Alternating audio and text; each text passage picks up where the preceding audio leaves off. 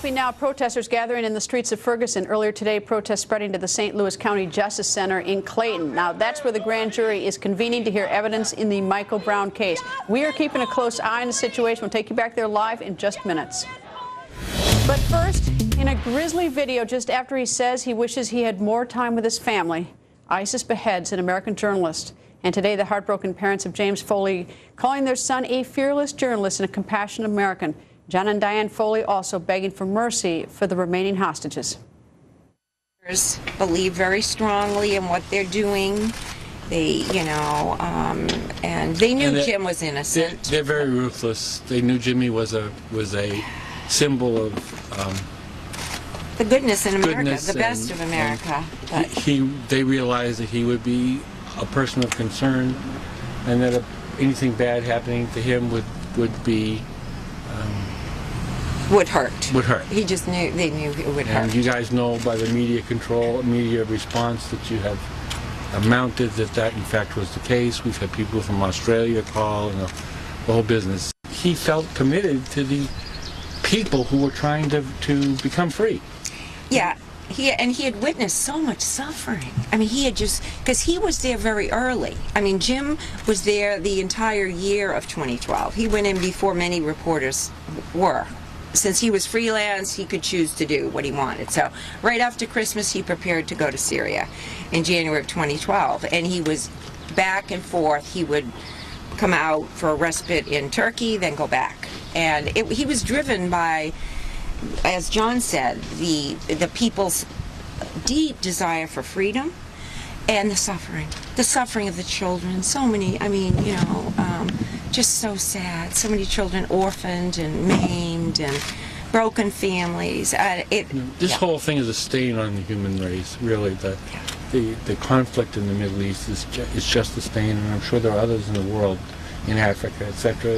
I don't think that we have a monopoly on pain and suffering. It's just awful. He wanted to be involved in your life. He was a great friend. Yeah, he was a great friend. You never could find a better friend than Jimmy. Yeah, he had a great. He would give you the shirt off his back, and the other he didn't have much. He didn't have a thing. Nothing. He had a backpack, a computer, and a camera. It's all he had in his whole life. Yeah. And he died with only everything.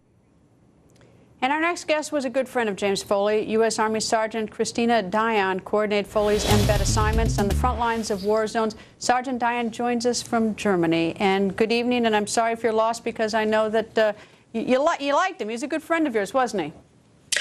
He was, Greta. He was a good guy to work with. How did you meet him? I was the embed coordinator at Bagram Airfield in 2010 for RC East, and Jim Foley had applied to embed, and I processed his application, and I met him when he showed up at the media center, and that was the first of many meetings at the media center, because once we got him out on one embed, he would come back, and he always wanted to go somewhere else, so we were constantly working to get him all over the area. Sarge, I know that we in the media can be obnoxious and pesty and annoying once in a while, if not often. What was he like when dealing with you?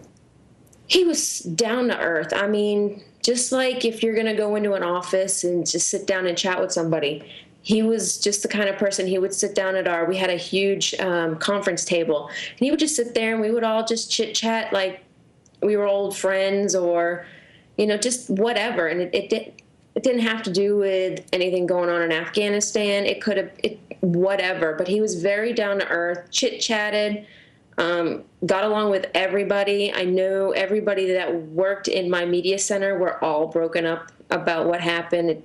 It's been devastating, and it's been shocking, and it's made us, angry and hurt. So it's not just me. It's everybody that worked with him. Did you ever talk about fear or danger? Because he was going into some rough areas, as many of our journalists, my colleagues, do it all the time. It's just terrible, the dangers. He never said that he was scared or anything like that. I knew he had a passion for telling the story. He wanted to let everybody know what was going on wherever he went. He wanted to tell the story. He wanted to document it. He wanted to be there. And whatever risk was taken, he was, willing to do that.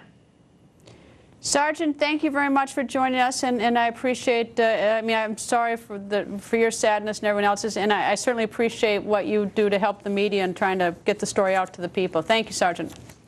Thank you, Greta. And the U.S. and